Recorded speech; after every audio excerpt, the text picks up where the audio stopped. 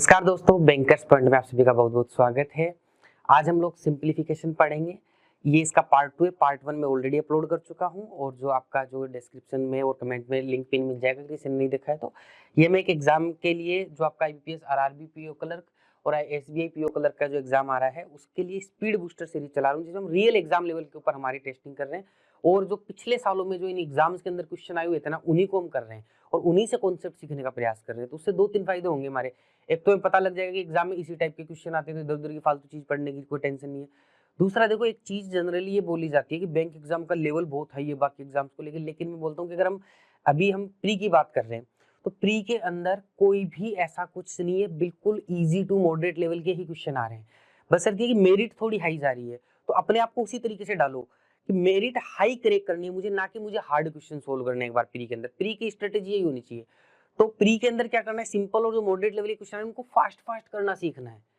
इधर उधर के कॉन्सेप्ट पे नहीं पढ़ के उन्हीं क्वेश्चंस को निकालो जो एग्जाम लेवल के हैं और उनको फास्ट करने का प्रयास करो, उससे हमें मेरिट को क्रैक करने में मदद मिलेगी। इसीलिए मैं ये स्पीड बूस्टर सीरीज आपके लिए लेके आया हूँ, जिसमें एकदम से रियल एग्जाम लेवल के ऊपर हम लोग क्वेश्चन करते हैं और अपने आप को भी टेस्ट करते हैं कि भाई हम कितना कहाँ पर स्टैंड कर रहे हैं और कितना स्पीड हम लोग बढ़ा सकते हैं। और वही यूनिक अप्रोच जो एग्जाम में डायरेक्ट हमें लगानी होती है, उन्हीं को सीखने का हम प्रयास कर रहे हैं।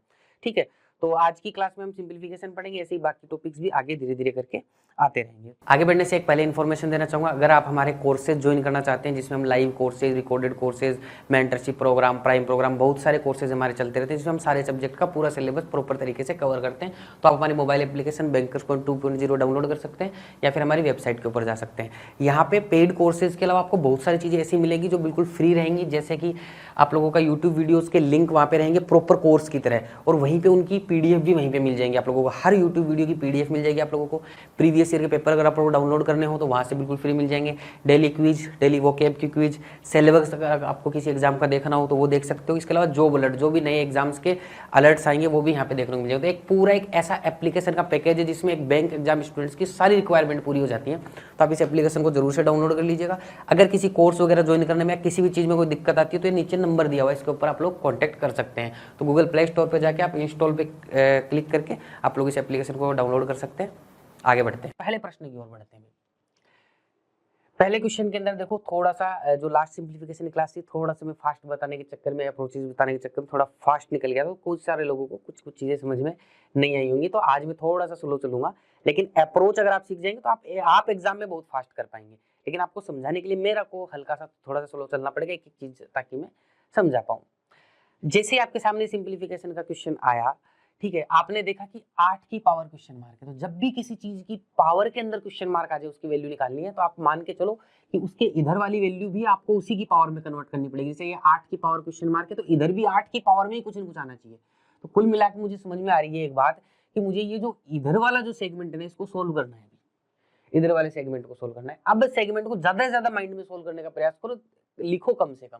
तो मैं पेपर पे देखो क्या लिखूंगा, मैक्सिमम जो लिख सकता हूँ, इससे भी शॉर्ट कर सकते हो जो मैं लिख रहा हूँ। मैं तो एक एवरेज स्टूडेंट के आधार पे लिख रहा हूँ। अगर आप और भी प्रैक्टिस करेंगे तो आप हो सकता है बहुत ही कम लिखे ही नहीं, क्योंकि जो क्लर्क लेवल पे, PO लेवल, ये सिंप्लीफिकेशन क्वेश्चन ऐसे आते हैं, इसमें ज्यादा कुछ लिखने की जोड़ मतलब करने की पेपर के ऊपर जरूरत नहीं पड़ती। आप माइंड में कैलकुलेट कर सकते हो अगर आप छोटी छोटी कैलकुलेशन में कन्वर्ट करके करें। अब मुझे सबसे पता था बोर्ड मार्क्स के हिसाब से, चलिए डिवाइड करना पड़ेगा। तो 13 चौक 52, फिर 5 बचेगा, 13 चौक 52 यानी 44 आएगा। तो मुझे ये पता था कि 44 12 से गुणा करना है। ठीक है, अब कई लोग तो सीधा 44 को 12 से गुणा करके ही लिख देंगे, कई लोग ऐसे भी लिख देंगे। ठीक है, तो मैं 12 से इसको गुणा कर लेता हूँ। 12 से गुणा करने का मतलब क्या है, देखो 44 को 10 से गुणा करूंगा तो कितना आएगा, 440 आएगा, और 44 को 2 से करूंगा तो 88 आएगा। तो 88 और 440 को जोड़ दो, तो कुल मिला के कितनी वैल्यू आ जाएगी, 528 आ जाएगी। 440 में 88 जोड़ दिया। तो ऐसे टुकड़ों दिमाग में कैलकुलेट करनी है, ऐसे नहीं 12 चौक 48 किया फिर 4 8 12, वैसे भी कर सकते हो, लेकिन उसमें टाइम लगेगा। सीधा दिमाग के अंदर को सोल्व कर, तो जो स्टूडेंट समझदार होगा थोड़ा सा, वो डायरेक्ट भी 528 लिख सकता है। ठीक है, उसके बाद में आपको पता है 16 माइनस करना है। 16 माइनस करूंगा तो ये कितना बनेगा, 512 बनेगा। बनेगा कि नहीं बनेगा, तो सीधा मैंने 512 लिख दिया। पेपर में ऐसे लिखना होता है आप लोगों को। 512 क्या होता है, 8 की पावर 3 होता है। 8 की पावर 3 होता है, 8 का क्यूब होता है। ठीक है, तो क्वेश्चन मार्क की वैल्यू क्या आ गई, 3 आ गई, क्योंकि इधर वाला जब मैंने सोल्व किया तो वो 8 की पावर 3 बन गया, इधर 8 की पावर क्वेश्चन मार्क थी। ठीक है, तो जब अगर वैल्यू सेम हो तो पावर पावर बराबर हो जाती है। ठीक है, लेकिन ये लिखने की जरूरत नहीं है, आपको सिर्फ ये 512 लिख के सीधा टिक करना था। ऐसे करना है एग्जाम में, तभी 10-15 सेकंड में एग्जाम में क्वेश्चन होते हैं, वरना नहीं हो पाएंगे।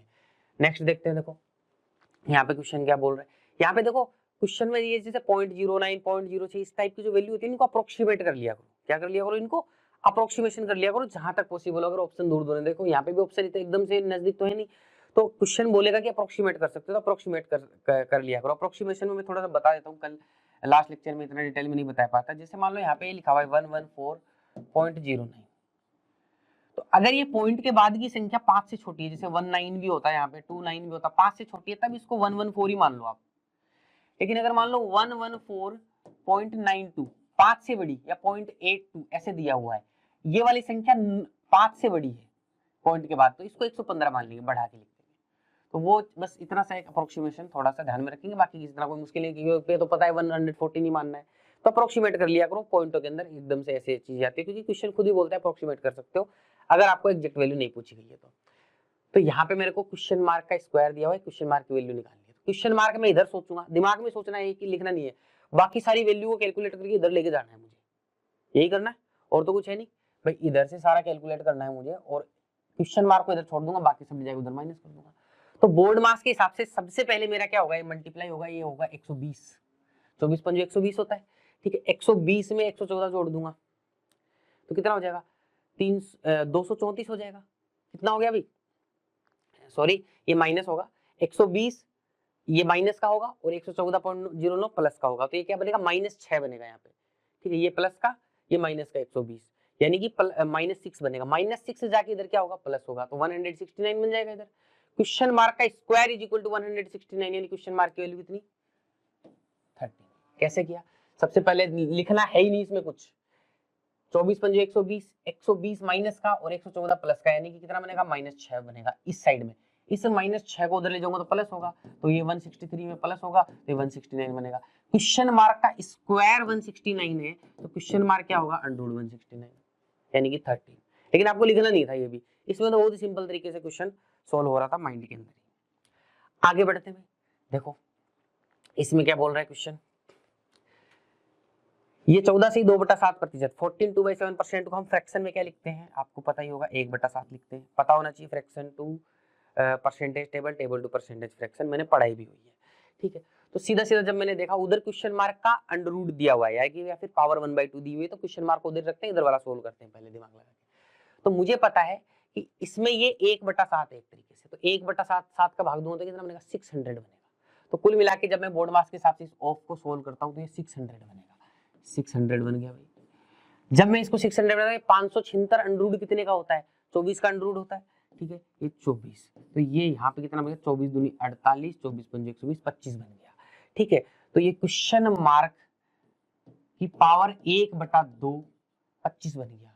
क्वेश्चन मार्क की वैल्यू निकालनी हुई, दोनों साइड क्या करना पड़ेगा, स्क्वायर करूंगा, इधर क्वेश्चन मार्क, इधर 625, ये लीजिए ऑप्शन नंबर ई आपका आंसर हो गया। तो इस तरीके से हम लोगों को चीजों को मैनेज करके चलना है। नेक्स्ट क्वेश्चन के ऊपर आते हैं, देखो सिंपल, बहुत ही सिंपल सी कैलकुलेशंस आती है, बस आपको थोड़ा सा हल्का दिमाग, अब इसमें देखो कि सर पॉइंटों में आ रहा है, क्या करूं, कोई दिमाग लगाना, एकदम रिलैक्स होकर क्वेश्चन सोल्व करना, आराम से सोल्व हो जाएगा। देखो 0.08% है, बोलो सर इसका क्या करूं, कोई दिक्कत नहीं है। आप सबसे पहले, आपको पता है कि ये परसेंटेज हटाऊंगा तो मेरे 2 जीरो हट जाएंगे। जब ऐसी कैलकुलेशन है तो सीधी किया करो, क्या क्या 2 जीरो हट जाएंगे, ठीक है। परसेंटेज हटाऊंगा तो मेरे क्या हो जाएंगे, 2 जीरो हट जाएंगे इसके अंदर। जब मैं परसेंटेज हटाऊंगा तो डिवाइड में 100 आएगा, दिमाग सोच लिया, ठीक है। अब मैं जब ये 0.08 है ना, 0.08, इसके ये पॉइंट हटाऊंगा तो जैसे 0.08 है गुणा 5 5 5, अब इसके पॉइंट हटा के नीचे 5 5 से काटने की जरूरत नहीं है, आप तो सीधा मल्टीप्लाई कर दो इसको, फिर लास्ट में पॉइंट लगा देंगे, ठीक है। सीधा मल्टीप्लाई कर दो, देखो 8 5 40, ठीक है, 8 5 40 और 4 44, ठीक है। फिर 8 5 40 और 4 44, 2 पॉइंट इधर है तो 2 पॉइंट इधर, 44.40 आ गया, ठीक है। -16.4 कितना बनेगा, 28 बनेगा। तो सीधा जब भी ऐसी कोई चीज आती है तो सीधा मल्टीप्लाई कर दिया करो। अब इसमें अगर मैं नीचे 100 करता फिर इसको काटता तो टाइम लग जाता, क्योंकि मुझे पता है इसको लास्ट में, तो देखो क्यों सोचा मैंने ऐसा, क्योंकि मुझे पता है इसको सिंप्लीफाई तो करना ही पड़ेगा, क्योंकि माइनस करना है आगे 16.4 में, तो बशर्ते छोटा सा ही गुणा है, डायरेक्ट ही कर लेता हूँ। तो इसे डायरेक्ट करूंगा तो जल्दी मेरा आंसर आ जाएगा, ठीक है। तो कितना आ गया आपका यहाँ पर, आपका 28 आंसर आ गया, ऑप्शन नंबर बी। नेक्स्ट चलते हैं, देखो क्वेश्चन मार्क उधर है, सीधा सीधा इधर की वैल्यू सोल्व करनी है हमें, कोई टेंशन ही नहीं है। ठीक है, तो सबसे पहले बोर्ड मास के हिसाब से 12 का भाग दे देता हूँ मैं। ठीक है, 12 पंजो 60, 12 छह 72, देखो 11.87 है ना, तो इसको मैं अप्रोक्सीमेट करके 12 मानूंगा, इसको तो बताने की जरूरत नहीं होनी चाहिए। ठीक है, तो 12 में को इसमें भाग देना है, इसको 768 ही मानूंगा क्योंकि पॉइंट एक तो अप्रोक्सीमेट कर लिया, इसको 768 मान लिया, ये भूल गया मैं। ठीक है, और इसको यहाँ पे 12 मान के ये भूल गया मैं। तो ऐसे अप्रोक्सीमेट करना है, लेकिन अपने को लिखना नहीं है पेपर के अंदर, ये अप्रोक्सीमेट करके दिमाग में सोचना है। सबसे पहले 12 का भाग दूंगा, 12 55 12 6 72, फिर 12 चौक 48, यानी 64 बार चला गया, यानी कि ये वैल्यू तो आ गई 64। ठीक है, अब करना है गुणा अंडर रूट 257। अब देखो आपको अंडर रूट 256 पता है, अप्रोक्सीमेट करना है तो 16 ही आएगा। अंडर रूट 256 कितना होता है, 16 होता है, तो अप्रोक्सीमेट करना है तो अंडर रूट 257, जैसे मान लो अंडर रूट 256 अपने को पता है, तो जब अप्रोक्सीमेशन में अंडर रूट 257 या अंडर रूट 255 ऐसे कहीं लिखा हो तो उसको आपको 16 का अंडर रूट मान लेना है। ठीक है, अप्रोक्सीमेशन के अंदर। ठीक है, तो मल्टीप्लाई बाय 16 आ गया -58। ठीक है, अब देखो कई लोग तो ऐसे लिखेंगे इसको, कई लोग कुछ नहीं लिखेंगे, ये 58 नहीं लिखेंगे, वो स्टेप बाय स्टेप सॉल्व करते हैं कि 64 आ गया, मेरे को 16 से इसको मल्टीप्लाई करना है, कोई बात नहीं, 16 से इसको क्या करना है, मल्टीप्लाई करना है। बाद में क्वेश्चन मार्क 58 वगैरह कई लोग क्या करते हैं, इक्वेशन लिखने लग जाते हैं, 58 is equal to question mark, फिर इसको सोल्व करना है। नहीं करना है भैया, मुझे यहाँ तक सोल्व हो गया, अब मैं पहले इसको सोल्व करता हूँ, फिर देखूँ क्या करना है। देखो 16 चौक 64, ठीक है, 80 लग जाएंगी 6। ठीक है, 16 छीन कितना हो जाएगा, 96 हो जाएगा, 96 और 6 102, यानी 1024 हो जाएगा। इस 1024 में से 58 माइनस करना है मुझे। अब कर लो माइनस, यानी कि पहले 24 माइनस करूंगा तो इधर क्या बचेगा, 34 बचेगा, यानी 1000 में से 34 माइनस करना है तो 966। तो ऐसे लिखना नहीं है इक्वेशन, बस जितना जरूरत हो उतना ही लिखना है, आपको दिमाग में सोचते जाना कि कितना सोल्व हो चुका है मेरा। आगे बढ़ते हैं, देखो कितना सिंपल सा क्वेश्चन आया है, देखो 10-10 सेकंड में करने वाले क्वेश्चन है। ठीक है, देखा और आंसर किया, इस तरीके से भी कर सकते हो। अब देखो आपको पता है 36% ऑफ 180, देखो इसको कितना आसानी से करेंगे हम लोग। देखो अब मेरे को पता है ये पूरा सोल्व होगा, बाद में कर लूंगा, इसको सोल्व करने में थोड़ी दिक्कत होगी, उसमें पूरा 0.4 का भाग लगेगा। अब मैंने क्या दिमाग लगाया, मैंने इस 0.4 का भाग सीधा इस 36 में दे दिया और ये आ गया 90% सीधा, क्योंकि 4 का भाग दूंगा 9 आएगा, नीचे का पॉइंट हटाऊंगा ऊपर 0 चला जाएगा, यानी कि ये ऐसे था 36% ऑफ 180। पहले इसको सोल्व करना था बोर्ड मास के हिसाब से, लेकिन इसको पूरे को मैं सोल्व ही मान के सीधा इसमें 0.4 ऐसे दे दूंगा तो कट सकता है ना, तो 90%। 90 क्यों आया, देखो 4 से भाग दूंगा 9 आएगा, पॉइंट हटाऊंगा 10 आ जाएगा, तो 90% ऑफ 180 हो जाएगा। तो सीधा मैं क्या करूंगा, परसेंटेज हटाऊंगा तो 10 10 कट जाएगा, तो 18 गुणा 9, 18 निम जो होता है ना वही आंसर हो गया। ठीक है, तो 18 निम कितना होता है, 162। आंसर क्या आ गया आपका, 162। सीधा देख के ठीक किया जी, स्टूडेंट जो समझदार होगा वो देखेगा, 4 का भाग दूंगा 4 निम 36, तो 90 आ गया, तो 9 गुणा 18, 18 निम कितना होता है, बात खत्म हो गई, 162। ठीक है, तो ऐसे 2-3 सेकंड में भी आंसर कर सकते हैं आप लोग। ये लो देखो एक क्वेश्चन ये है, बड़ा अच्छा फ्रैक्शन का क्वेश्चन है। फ्रैक्शन में आपको पहले क्या करना होता है, सारी फ्रैक्शन ही सोल्व करनी होती है। जैसे मैंने लास्ट क्लास में भी जो एक लेसन कराया है, तो फ्रैक्शन में फ्रैक्शन को अलग रखना है, पूरे नंबर्स को अलग रखना है। तो क्वेश्चन मार्क इधर है तो इधर पड़ा रहने दो, बाकी सबको इधर लाके सोल्व कर दो। तो 18 माइनस 7 कितना हो जाएगा, 11। 11 में ये एक भी इधर आके माइनस हो जाएगा तो बचेगा 10, तो ये है 10। तो 10 प्लस ऐसे कुछ होगा आगे। ठीक है, फ्रैक्शन बनेगी तो 10 सही बटा आ जाएगा। ठीक है, और उसी हिसाब से आंसर हो जाएगा, लेकिन सीधा 10 वाला आंसर मत कर दीजिएगा कुछ ना कुछ। ठीक है, पहले सोल्व करना है। अब आपको फ्रैक्शन सोल्व करना है। फ्रैक्शन में देखो 3, 4 और 2, इनका एलसीएम कितना आ जाएगा, मैं मान लेता हूँ 12 आ गया। अब देखो आपको क्या करना है, ये 1/2 को इधर एज्यूम करना है। मैंने अभी भी तो ऐसे किया था, 18 और 7 माइनस किया तो 11, ये भी तो इधर आके माइनस होगा, तो 1 माइनस हुआ है। तो ये जब मैं सोचूंगा इस फ्रैक्शन को सोल्व करने की, तो 2/3 माइनस 1/4, वो 1/2 को ही माइनस, इसको यहाँ सोल्व कर रहा हूँ मैं। लेकिन लिखना नहीं है आपको ये सब, ये मैं बस समझाने के लिए बताया, आपको दिमाग में सोचने के, ये सोच सकते हैं हम देख के स्क्रीन पे देखा और हमें मुझे पेपर पे यही लिखना है।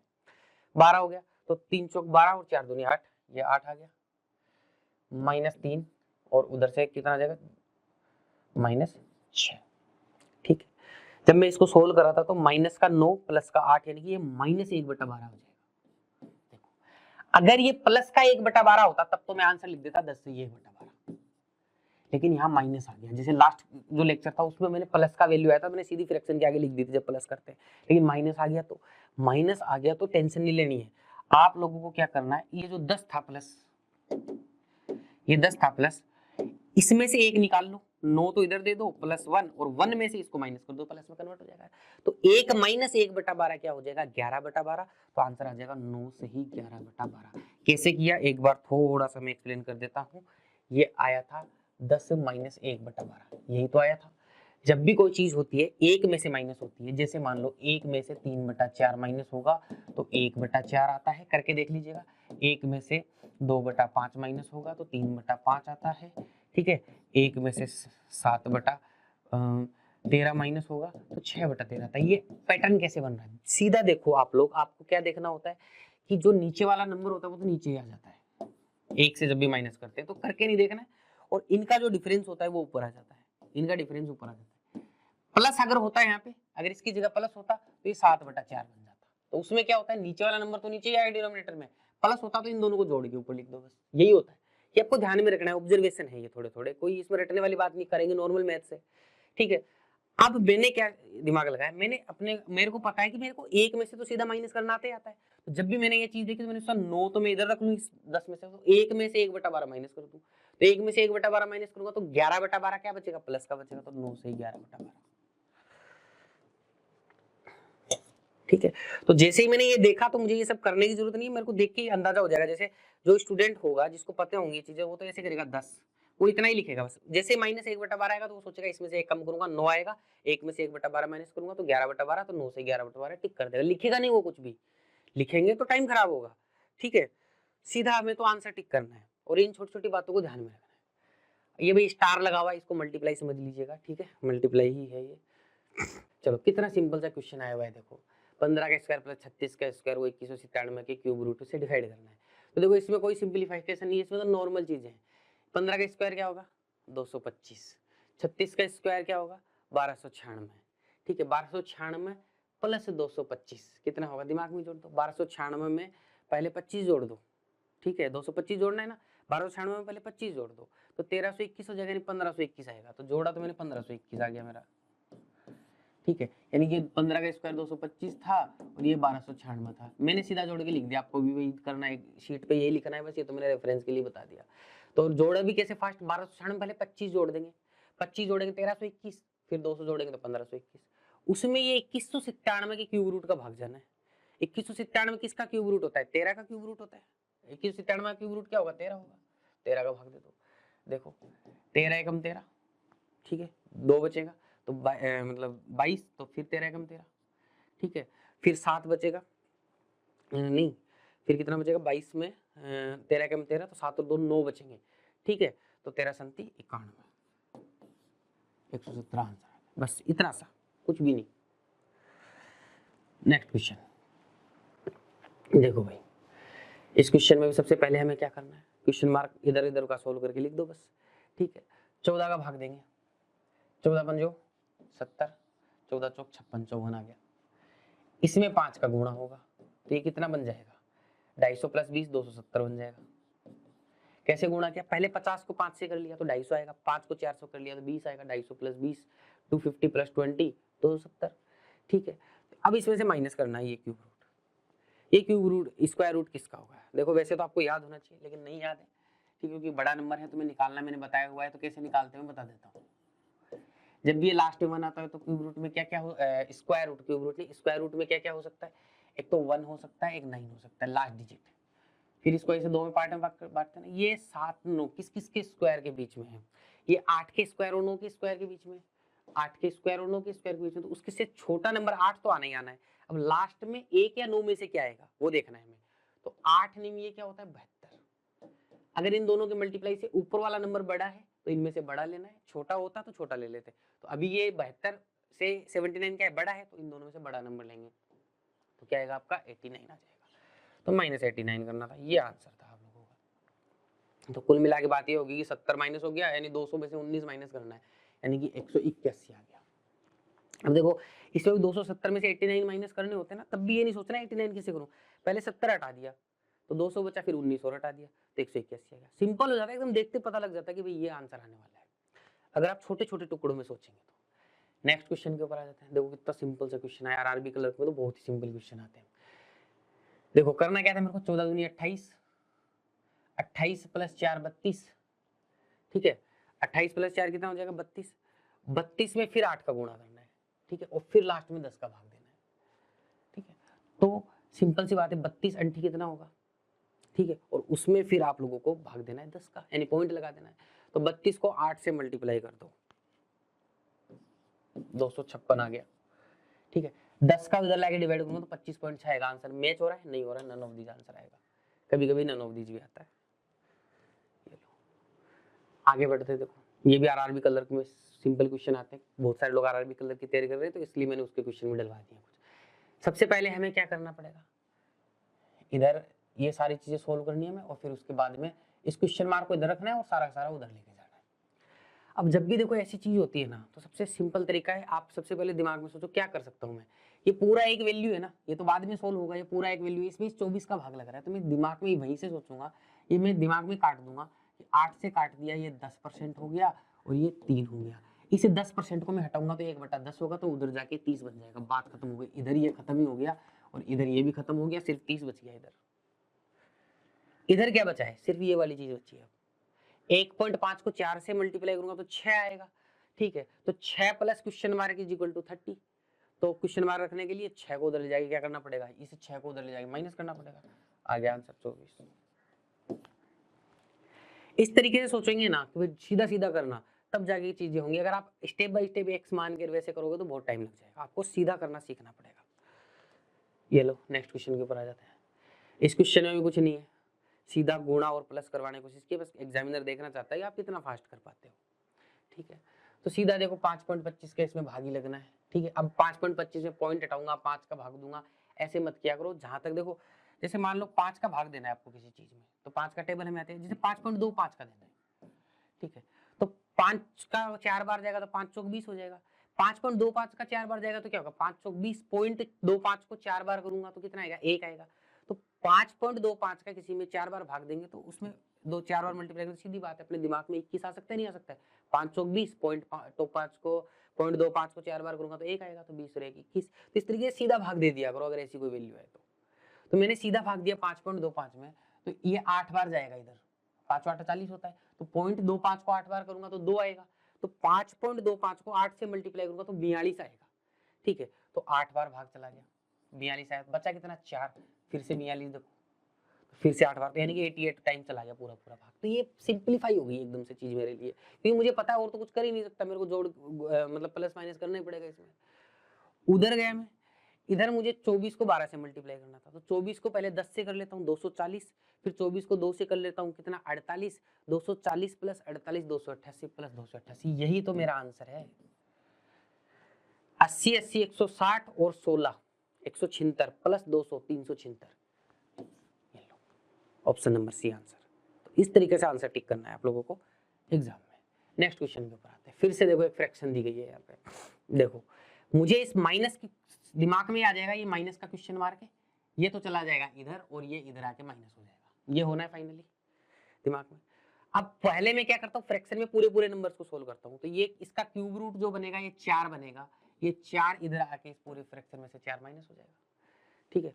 फॉर एग्जाम्पल मैं एक बार इसको शॉर्ट में करके बताता हूँ, फिर आपको ओपन करके बताऊंगा कैसे किया इसको।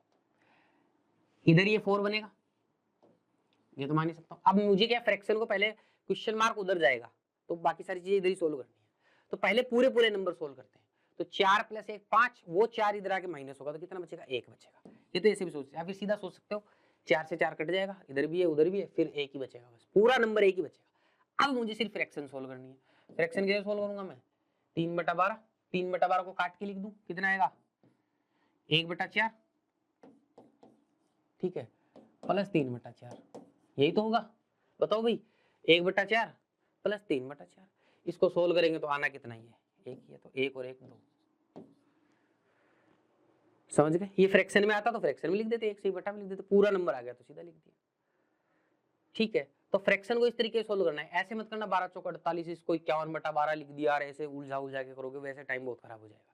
इस तरीके से चीजों को आपको सोल्व करना है। फ्रैक्शन के मैंने 3 क्वेश्चन कराए, उसमें हर टाइप की चीजें आ गई, इसमें पूरा नंबर आएगा, तो कैसे होगा, बीच यहाँ प्लस आ जाएगा तो कैसे होगा, माइनस आ जाएगा तो कैसे होगा। आज और कल की क्लास में हर कॉन्सेप्ट क्लियर हो गया। ये चीजें मैं ध्यान रखता हूँ कि भाई कोई चीज रह ना जाए, आप लोगों को हर तरीके की छोटी छोटी बातें पता लग जाए, क्योंकि इन छोटी छोटी बातों से कई बार क्वेश्चन गलत हो जाता है एग्जाम में। तो उम्मीद करता हूँ समझ में आ गया होगा। नेक्स्ट क्वेश्चन देखते हैं। देखो सिंपल सा क्वेश्चन है, यहाँ देखते हैं क्या हो रहा है। ये 6% निकलवा रहा है इन सब चीजों का, और फिर नीचे ऐसे ऑप्शन दिए हुए हैं। तो मुझे सबसे पहले तो ये बात समझ में आ रही है, 16 का स्क्वायर यानी 256 करना है, 256 में 199 जोड़ना है, ठीक है, तो 455 बनेगा। इस 455 का 6% निकालना है मुझे, पूरा सोल्व कर दिया, उसका 6% निकालना है। अब इसको 6/100 वो सब करूंगा तो उससे तो टाइम भी खराब होगा।